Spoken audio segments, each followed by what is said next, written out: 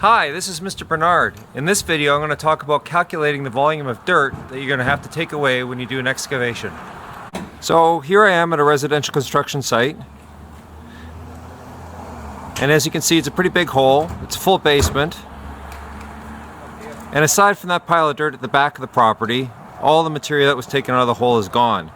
So somebody had to figure out how much dirt was going to be carried away and then make sure there were enough dump trucks here at the day of the excavation to take that dirt to a different site. If it was just a matter of digging out the amount of dirt that the basement required, you could just take the width of the house, the length of the house, and the depth of the foundation, multiply those three numbers together, and you get the volume taken up by the basement. And that would approximate the volume of the dirt that the basement is replacing. However, there's three things you need to think about in addition to that. The first one is that you need room to work around the foundation. So as you can see, there's a trench here between the side of the excavation and the foundation, and that goes all the way around. If you don't have that room, there's no way you're putting that foundation form in.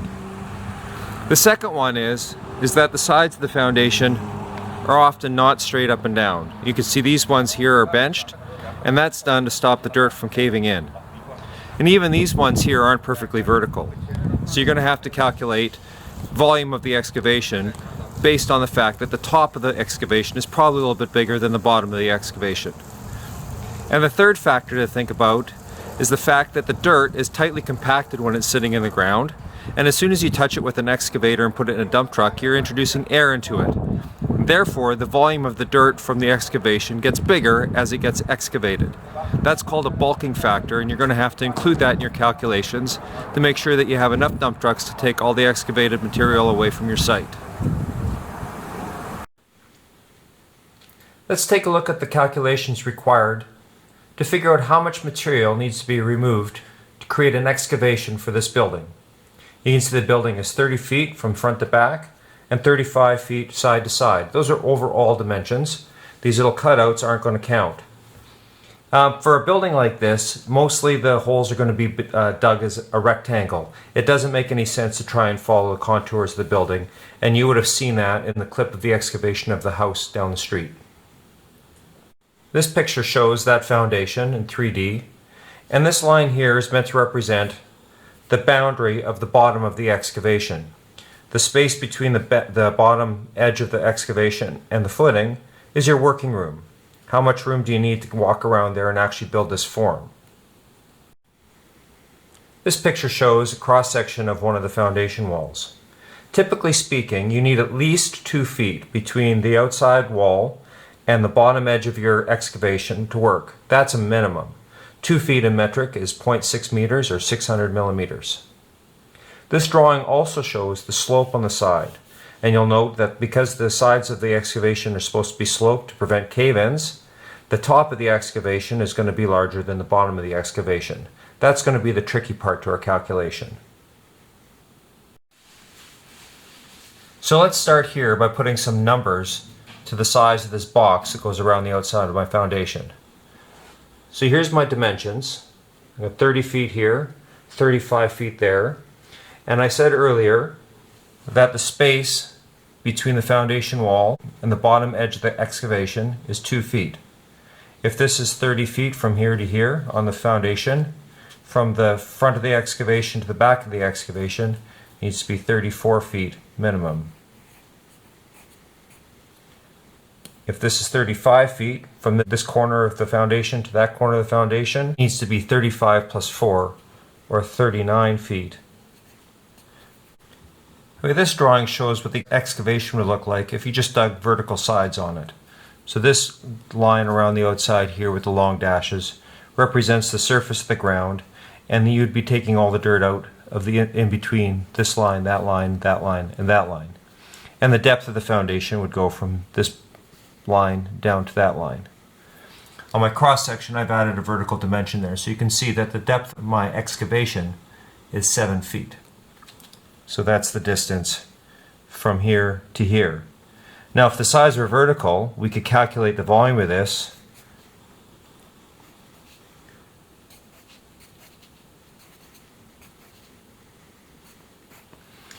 where length could be this dimension, width could be that dimension, and the thickness would be the height. There's a problem with having vertical walls in an excavation though. If you'd been working in this hole when this cave-in happened, you'd probably have died. To prevent cave-ins, WorkSafe BC has got 3 methods that you can use: sloping, benching, and shoring. The picture that was just in the video actually was shored and it caved in anyways. So these methods, while safe, aren't totally foolproof. It was the shoring that failed in the picture. We're going to use a sloped side for the excavation volume that we're doing right now. It's the simplest one to deal with. The rule is simply that the side of the excavation must be sloped such that the horizontal component is 3 to a vertical component of 4. Another way of saying that the side must be sloped 3 horizontal to 4 vertical is to say that the horizontal component is 3/4 or 0.75 of the vertical component. Therefore, you can use this formula. The WCB distance at the top is 0.75 of the depth of the foundation. If we were to slope the sides, this is what it would look like. So as you can see, the bottom of the excavation, 39 by 34, is smaller than the top of the excavation. So we need to find these dimensions. How far is it from this corner to this corner? To find that, we're going to add this WCB distance, which we just learned how to calculate, on both sides to 39 to get this dimension, and do the same for this dimension with the 34.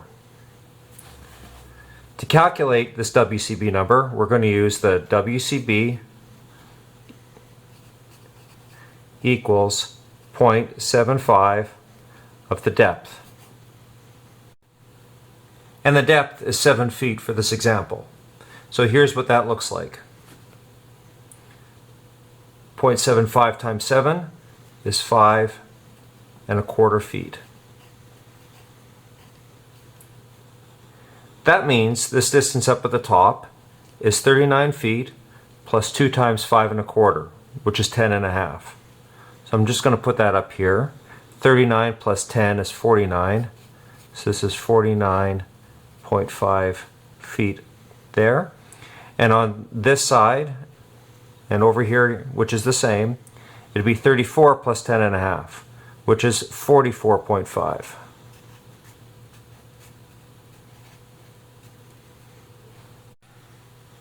So how are we going to use all that information to calculate the volume of that hole?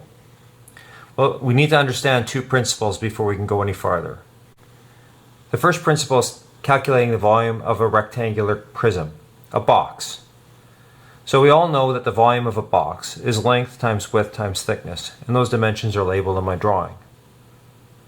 We also know that the area of any one of these sides is the 2 lengths of that surface multiplied together. So the area of the top would be the width of this box multiplied by the length of this box.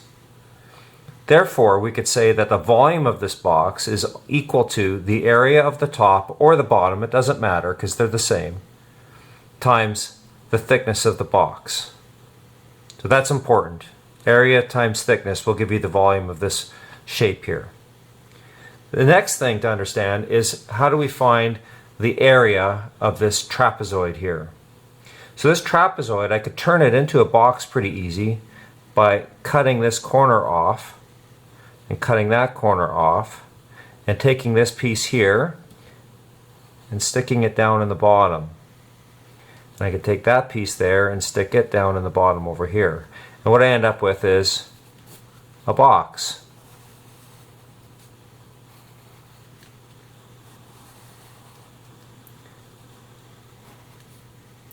The height of this box hasn't changed, but where I used to have 2 dimensions for the length, I now have 1.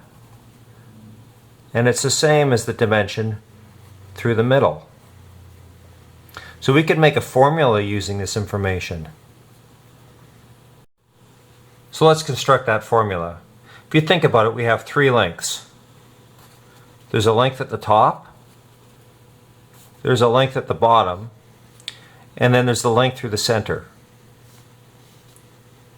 To find the length of the center, we could take the length of the top and the length of the bottom and add them together. And then divide by 2. And all that's doing is finding the average length. That's going to give us the length of the center. We can use that length that we just found, the length through the center, to calculate the area of this shape now.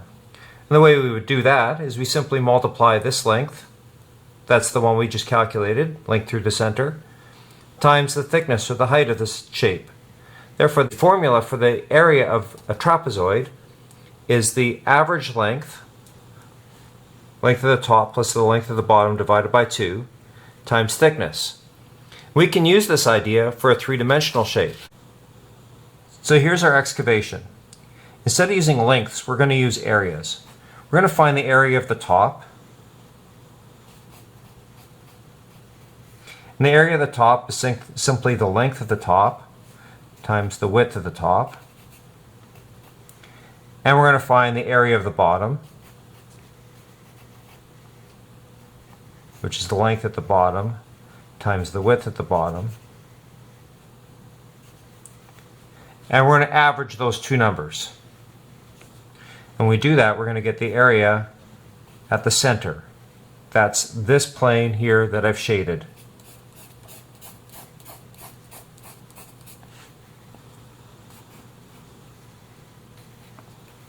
Once we figured out what the area of this plane in the center is, we can multiply it by the depth of the hole, and we'll have found the approximate volume of this slope-sided excavation.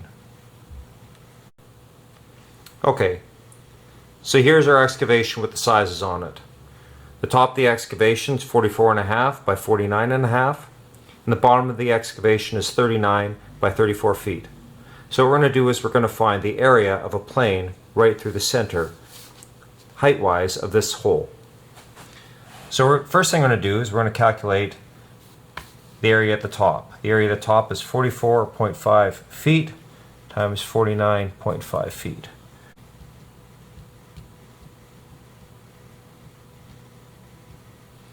And that's 2,200, and I'm just going to round that to 3.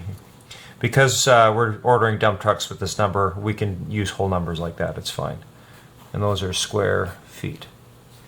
The area at the bottom is equal to 39 times 34.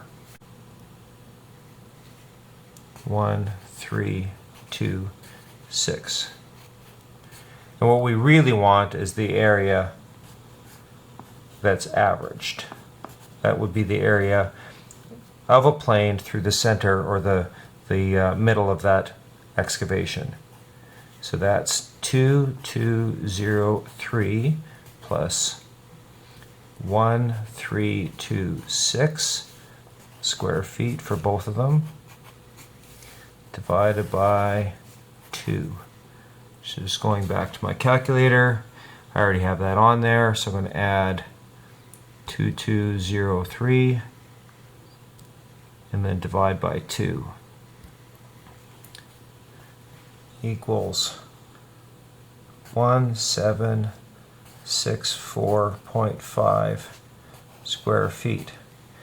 So that's the area of the center of that box, that weird shape. It's called a frustum, and the volume equal to the area times the depth. I'm going to use D for depth. Remember, in this example it was 7 feet, so this is 1764.5 square feet times 7 feet. And just calculate that. The 1764.5 is already on my calculator, so I just multiply times 7. And I get 12,351.5. And those are cubic feet. Now, dump trucks are usually measured in cubic yards. There's 27 cubic feet in 1 cubic yard. So I'm going to divide that by 27 so just so we can go immediately to cubic yards.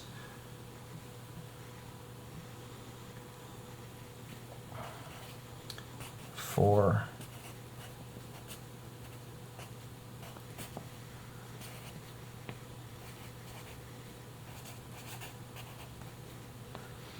Okay, so that's that. But that's just the dirt. That's actually the volume of the hole after you've taken the dirt out. How much dirt do you actually have to put in the dump trucks? Well, again, because you're going to introduce air into the dirt as you dig it out, you're actually going to have to increase this by a percentage. That's called, the percentage is called a bulking factor. This table shows different bulking factors for different kinds of soils. If you're digging in sand, the bulking factor is 5 to 12%. If you're digging in topsoil, it's 25 to 30%. So I'm just going to pick one of these soils here for my example.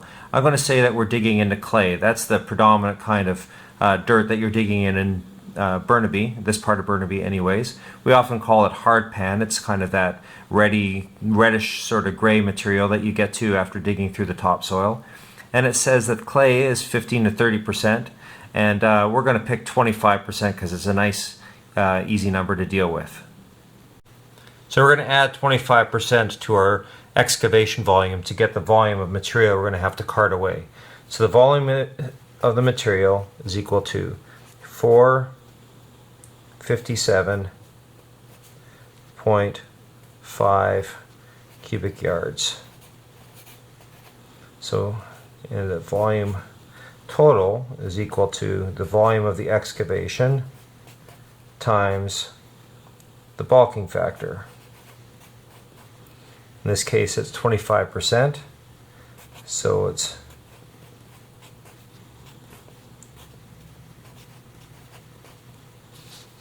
remember, when you multiply something by 1 it doesn't change, and we're adding 25%, so that's 1.25 we need to multiply by. We had a volume of 457.5 cubic yards, so 457.5 cubic yards times 1.25 gives us a total volume of material once it's put into a pile or into a dump truck of 572 cubic yards. 572 cubic yards. Unfortunately, that's not even the final answer. We don't know how many dump trucks we need based on that number. We can only approximate. A dump truck holds about 10 cubic yards, so according to that number, we're going to need about 58 dump trucks to take away that pile of dirt. However, the actual capacity of a dump truck is measured in its weight. So for that answer, you're going to have to rely on the experts, that's the dump truck drivers, to figure out how many dump trucks are going to be required to take away 580 cubic yards of dirt. But they should be able to figure that out and recommend a number of dump trucks for you to get the job done. This has been a really challenging video to make. Your book explains all this stuff in about a page and a half, very, very quickly, and I think there's lots of little things to understand to be able to do this calculation with confidence.